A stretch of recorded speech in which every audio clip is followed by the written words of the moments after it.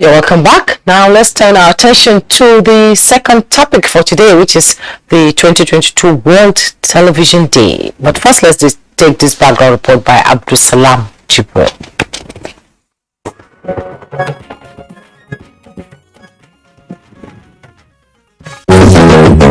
If you grew up in the 1980s, 1990s, you would have been among millions of children paying rapt attention to the television, engrossed in the different inspiring folk tales of the program Tales by Moonlight.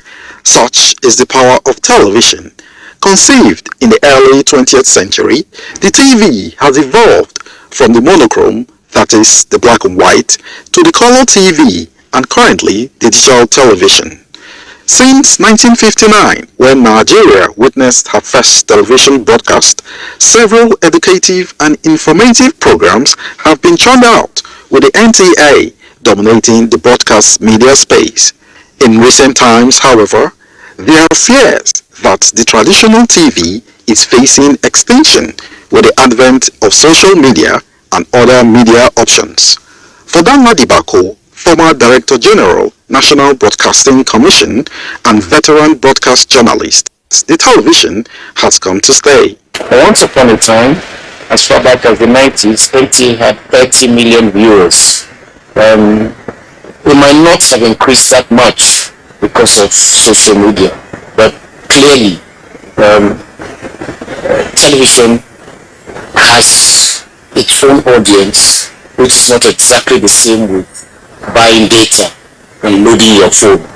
The complications of searching, buying data, connecting to platforms and doing IPs and all of those things, television, you just plug it and open, so you are available except when you are using a decoder. Ayo Adeoye, another veteran broadcast journalist, maintains that the television can coexist with other new media sources. I think the significance of it again is like it's a wake-up call for practitioners, television practitioners, to wake up and begin to strategize towards meeting up with global best practices so that we can go with the emerging trends in technology, because without that we are likely to be run out of business.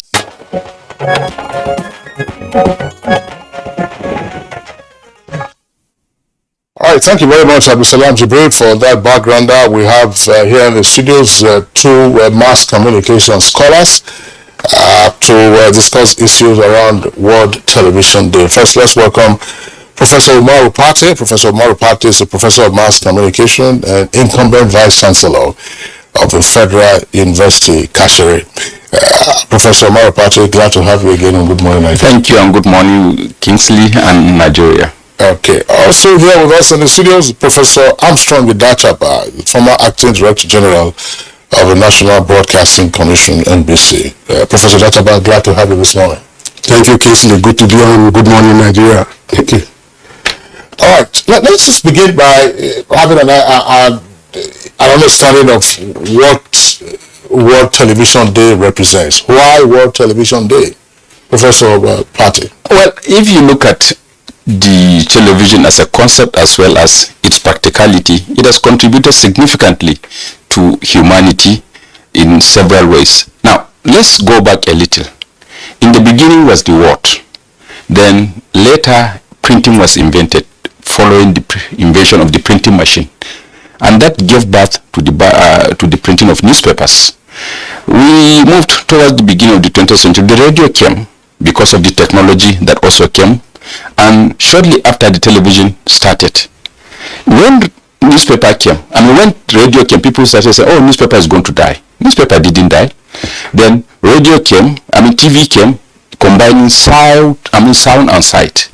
People are here now, radio will die, newspaper will die. The two of them didn't die. Now, TV continued. Then the internet came. With the coming of the internet, people say, now the funeral of television, radio, and newspapers will be celebrated. But they're still struggling, and we have what we call convergence now. And with convergence, we have the advantage of digital technology because of the advent of the internet as well as the revolution in information and communication technologies. TV is still struggling to maintain a space.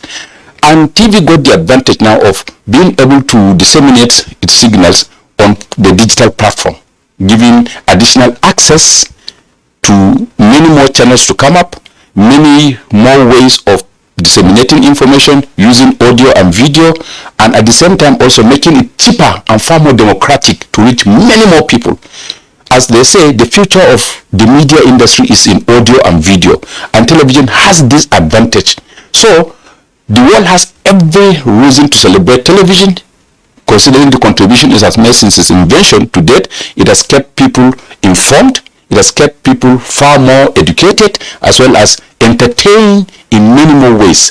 And you could see how it has been able to take away the attention of people from unworthy behaviors and activities, for them to at least see and emulate, as well as practicalize some of the things the television could provide with the advantage of sight and sound.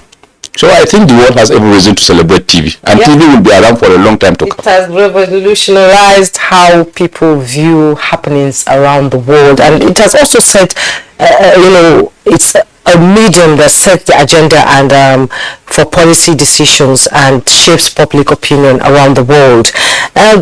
Professor Idachabag, would you say that television in Nigeria is on the right track? Yes. First of all, nice to be with my friend and brother, the Kaigama on set. Nice to be with my lecturer.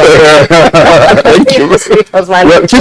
I'll come to you. The point you raise about the significance of the World TV Day is one that's poignant, because I tried to check why TV Day in the first place. And what I found out was very interesting, that in 1996, the United Nations decided that there should be a World TV Day, and that it was even opposed. Because according to analysts, there were so many media days already on the calendar. You had the World Press Prism Day, you had Journalism Day and all of that. So they were thinking that the World TV Day was going to be repetitive or very unnecessary. But as we have seen, TV has become, if I may say, the major issue in communication.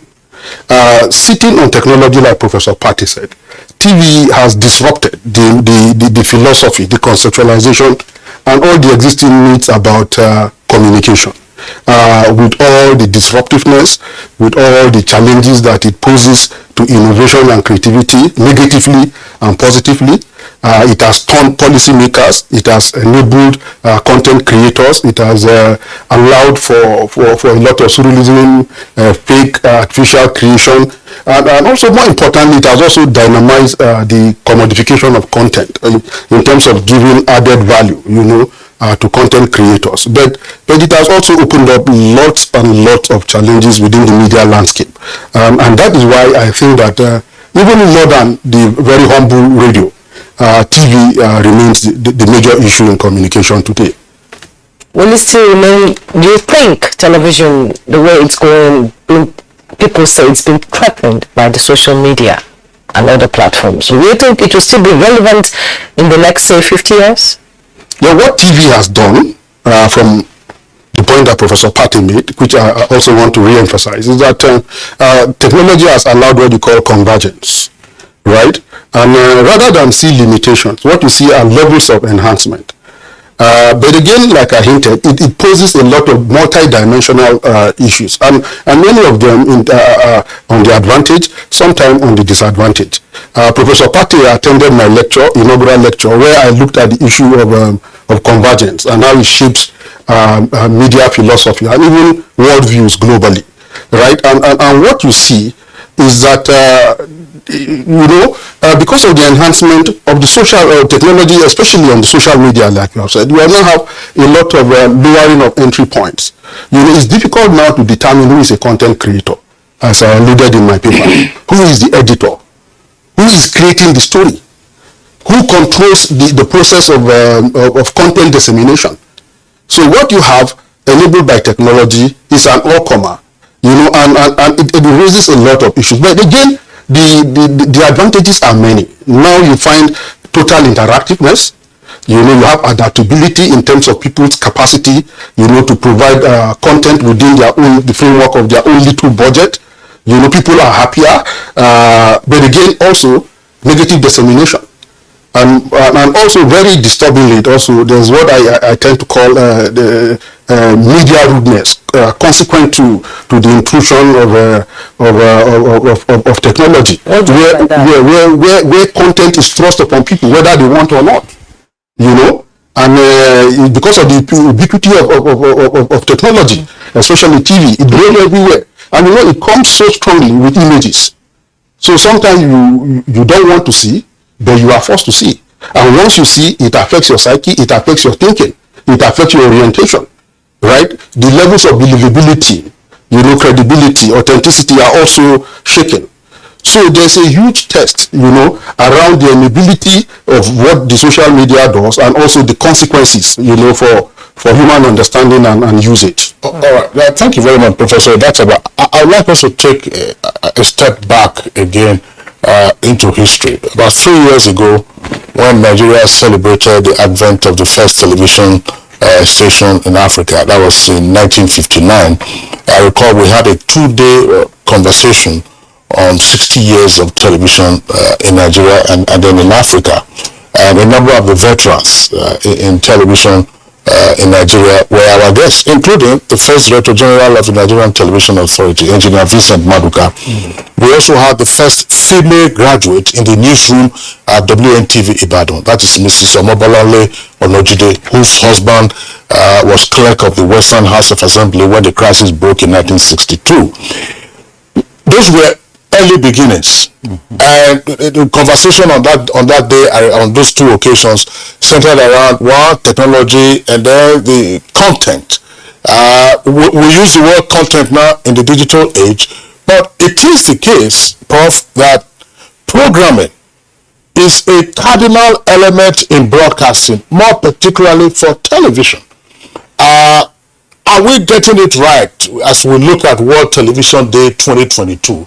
For us in Nigeria, it's our programming right, which is to say, we were talking about content, or people just throwing in all kinds of things, and then you are looking, so you are looking to see standards, and those standards are elusive.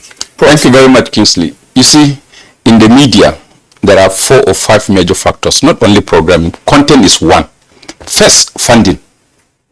You need funding for the other thing to happen. 2, you need technology. Technology is the enabler for media production or media content or even the performance of the media itself. Then number 3, content is the window to the world. The difference between NTA and the Ministry of Information is that NTA can provide content. So the content is what links you with your audience. Then number 4, is the credibility of the content that you produce. What is the quality, what is the level of believability, and how truthful or competently produced are these contents. And above all, of course, the safety and the autonomy required for you to do these productions. The media is not like the bureaucracy in the ministry. Here, you need high level of independence. You are going to involve a lot of people. You need artists whom you may not necessarily employ, so you need resources and you need flexibility for you to operate. So by the time you combine all of this and take a look at our own context, then you can understand why, if people sometimes question our content, it may not necessarily be just content alone, but all these things. Do you have the enabling technology for you to produce the required content that people in Nigeria can see and compare with other contents produced with better technologies elsewhere? Are we really investing in technologies? Number 2, do you have the funds to use to invest in these technologies to produce the right content? Number 3, do you have that autonomy and independence for you to think and produce content based on the needs and relevance that your audience can respect? Or do you simply produce without deep research, without deep thinking? And that will naturally leave you on your own. Now, every house you go to, the first thing you see in their sitting room is the TV, which means TV is central to our existence. TV is there to inform, entertain, and keep us together. But with with the advent of technologies now, you have digitization, and digitization has given access to multiple channels, and not only multiple channels but multiple owners coming with diverse ideas. So the challenge for the existing or conventional media is, can you also provide the enabling environment using the right technologies to compete with some of these smaller producers who can do much with little? Unlike big organizations like the NTA, where you need bigger resources for you to remain afloat. You are serving the whole of Nigeria, 216 million people. In almost every state you have an NTA station. But compare yourself with somebody who has just one channel and has access to the same technologies that you have. He can talk to everyone in this world. With little money, he can do much. In your own case, you need bigger money, bigger technologies to do the same that he or she is doing. Like the radio. So by the time you look at all these challenges, you can then understand why we may have issues. And this is also the era of fake news, misinformation, disinformation, and the other kind of malinformation. And because of this, people sensationalize information in the process of dissemination so that they can attract hits on their blogs. They can also attract whatever. The only advantage you have is video. And now technology has made it so simple to combine audio and video for even the newspaper, for almost everyone. So for you to remain afloat and remain extremely relevant and beat the others, your content must also be super. Fine, Prof. Patu, thank you. Professor Dachaba, the reason I raised that question is to tie it to the value of television to humanity. To national development, if you want. Well, national development narrows it down to our nation, but thanks to humanity. Yes. Yeah. So are we getting this right? Is proliferation now even harmful to television? Now, Kingsley, I think you raised a valid point. The way to look at it is to ask, in 2022 World TV Day, what relevance is TV to our collective humanity as a people? And then we can zero it out to how contributory it's been to our own national challenges. And it's time to reflect, to retrospect to the evolution of television in Nigeria. You know, 1959, Awolowo came up with his initiative, and then it was a regional TV, and that was a major signifier. From there, all the other regional authorities decided to also set up their own TV. But in terms of the philosophy of TV, then the question will have been asked, what was the intention? The original intention of the innovation of TV, the intrusion of TV into the Nigeria. Of course, it had a political undertone, but like we know all over the world, it's a major tool for cultural propagation, you know, social cohesion, and national diplomacy and economic development. And I think that largely, Nigerian TV, the TV in Nigeria has been able to actualize some of those objectives. Thanks immensely also to NTA, becoming a national network in about 1977 or thereabout, creating a national symbol of a TV viewing culture. And if you see, in terms of using TV as a tool, you know, for cultural growth, cultural propagation, or what we call socialization and social cohesion, the NTA has done quite a bit, but it didn't do it without the support of government. And that's the point that Professor Pate was making. I recall that even when we were in the university and we used to go to studios to do production, most of the productions were funded by government. All the major soap opera that you see that made mark, some of them you are recreating and reinventing, like The Village Headmaster, things that were actually supported, you know, with government resources. And I think that is what is lacking. Because government has shifted away from investing heavily in cultural content production. You know, this drift has created a lacuna that has allowed private enterprise to seize initiative. So what you find now is commodification of content, you know, and with commodification of content, there's a capitalist intrusion, so that the person who provides the content is motivated by gains. It doesn't think about production values that much. It doesn't think about national or even ideological imperative that much. What matters to the content creator now, unfortunately there are many of them, is what can entice the public and what can bring in the money. I looked at the statistics and they say on YouTube there are about 650 Nigerian channels, right? And out of these, about 35 of those channels have over 1 million subscribers. Now, I tell you, Kingsley, if you put together the total subscriber base of all the pay TV we have in Nigeria, DSTV, GoTV, NTA, StarTimes, and the rest, hardly would it go above 5 million. So it tells you that the potential material value of the content market. It's changed the way, from government involvement. And it doesn't happen like that anywhere in the world. Countries all over the world are aware that there's a significant drift on the social media, that individual, innovative, youthful, creative content creators are there. The government is also involving side by side so that there can be a national ethos, and a national purpose. So we need to begin to think at this period, how does NTA, for instance, get its budget? I have not seen in recent time a holistic or a well nationally encompassing program that's emanating from the NTA that used to be those days, where you say it's a must watch.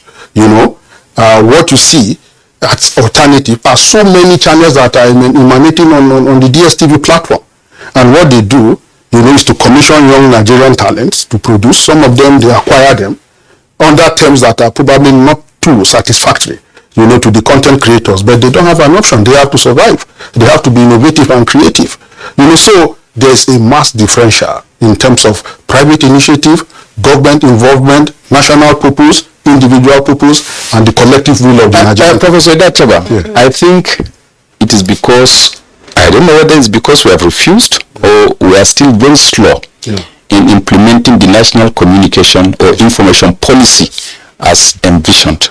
Right now, there is no functional information policy in this country. And that will have given us will have created a regime or a climate that can ensure satisfactory performance by all these organizations that you have mentioned. I remember, I think it was during the Obasanjo regime, a committee was set up, some of us were involved, under the late Professor Alfred Opubo, to do two things. One, we did the national community radio policy as well as the national information or do we say communication policy, which was to give a sort of a direction. The first one was in 1987 during the Babangida regime, and somehow it has become outdated. Now we are trying to come up with another one. It has been drafted. It's in the ministry, lying down. And that document is supposed to give us a sort of a guide, create a climate, and direct the performance and functions of the media sector in Nigeria. But without it, we are only operating in isolationist kind of behavior. So there is no coordination, and we do not have a clearly defined focus or even the national philosophy that we are supposed to promote and protect. Absolutely. If you come up, what are the specific national values as defined in our policy, which our media organizations are expected to perform, and they also need to be supported. Of course, we know government cannot pay all the monies that may be required, and the funding issue is a global threat to our media organization. But the truth is, if we want organizations like NTA to remain relevant, we must also give them the enabling capacity for them to compete with some of these things. Don't forget, the audience test is changing, and the attention of the audience is becoming scarcer. By the time you take, let's say, your Star Times decoder now, how many channels do you have access to? Thousands. And because of that, for your organization to command the attention of viewers, there must be something thick about it. And how do you also create counter narratives to some of these messages that we get from the alternative channels? From the fake news. Yes, and the younger people who are coming up now are disconnected from this conventional media organization. If you do a survey today in Nigeria of the average age of a typical radio listener or even TV, the conventional TV viewer, you may be shocked that it may be above 30 or even getting to 40. Now, how do you connect to the young people who are the majority viewers, who will be the majority consumers of these messages? How do we ensure that the messages we give them make relevance to their lives and is in the interest of the national policy? But if you leave a vacuum, then somebody will be there to come in, either for money-making reasons or for whatever reasons. So we need to sit down and define what we do. This sitting down and thinking is not, in my humble view, necessarily the business of the executive branch alone. No. That is to say the government. It will also involve the legislature. Because earlier, Prof, you were talking about the elements and the mix for television, and you talked about technology, content, funding, credibility, and of course programming. Because programming would then say how much time you allot XYZ funding, and that would then say purposive funding. Yes. Because if you had a generation or two ago that was fed on a diet of taste by moonlight. Taste by moonlight wasn't just taste by moonlight. Taste by moonlight was purposive. It was meant to be educated. What is the alternative to it today? People are talking about, is it Cartoon Network or some of these? So what is the local alternative that we have purposively created as part of our, again, value orientation, as Professor Idachaba talked about? I want to, Juma, I want to leapfrog to another issue, which is also relevant. We're talking about World Television Day. And I want us to focus, gentlemen, let me get your views on news flow patterns, which has always been a major challenge in the world of communication, and particularly for television. The opinions, it is said, that the advanced countries hold of the less developed countries come from their media accounts. And I think, it's almost clear that the kind of images that the advanced media outlets collect from the less developed world and then disseminate to their audiences, reinforce the prejudices against the less developed world, and therefore even policy formulation and so on and so forth. This was, of course, one of the issues around the New World Information and Communication Order. We appear not to have come out of that just yet. In fact, we have reclined. That's right. So how do we? Okay, let me have your take on this, and then what you think the pathways are to a new order. Yes, Kingsley, things are even getting worse. I remember writing a chapter in a book some years back. The new code debate, is it still alive? I was asking that question. And the new code, the new World Information and Communication Order debate, at the point some years back, with the advent of the internet and the democratization of access and dissemination of information machinery. Now, policy has become very weak. You see, what we have been doing with these technologies, we have been busy learning how to use these technologies without thinking of how to govern the technologies. And these technologies have made information dissemination so easy. And then it has also made, there's inequity in the ownership of these technologies. Some people are the controlling agents of these technologies. They have the resources, they manufacture, and because of that, they have access to their own defined pictures of you. What they define is what they take of you. You do not have the capacity to counterpenetrate into their psychology. They have all the means to come and tell you who you are, how you are, and what they are. You do not have the means of now painting your own story to them. The only way you could do is perhaps when we send our children to their schools and they exhibit their brilliance. That's when they know that we are also good. But we do not have this technological capacity of penetrating into their television sets, but they penetrate to us, and they are sending all sorts of things to us. So we are sort of subdued in the current environment. In the past, we could even talk. Now, nobody is even talking. Even the debate on the UNESCO platform is no longer up. Why is that? Because we do not have the resources. The technology is the one that is defining things in the world today. And if you look at how the information technology is evolving, the volume, the velocity, and even the ferociousness with which these technologies are bombarding onto us, what is our own contribution? And if you cannot control the technology, there is no way you can have the editorial independence and the editorial definition of who you are. So long as we are slow in this respect, and our policies and values are also not so clearly defined, it becomes difficult. You cannot control the internet. You don't. So long as you don't have control, anything can be sent to you. So it's very, very difficult. We have to do a lot of things, from training, from the way we give media literacy to our people so that they can be critical consumers of media content. I think, Prof, the point you made earlier, I think, underscores the essence of this discussion about a national policy on communication. And that's where the consciousness actually begins. If you have no articulated national policy, then you are blind. You operate in the vague, right? And that is a problem, because whether you want or not, the cyberspace is a space of engagement. Yes. Right? And what is happening within satellite and the digital space is that people are occupying. Right, and they will keep occupying. Yes, and that's why you have an endless number of channels, that people are filling the space with. Right, and if you do not have a policy a deliberate policy, well-calculated, enunciated policy that will create levels of engagement for you, then you become extremely vulnerable. And what we are seeing is the level of vulnerability. A lot of countries deliberately, like I said earlier, invest in their national media as the first level of engagement. Then whether deliberately or through a mission commission, they also support personal initiatives. So long as they all sum up to that national imperative. And that is the way it's done.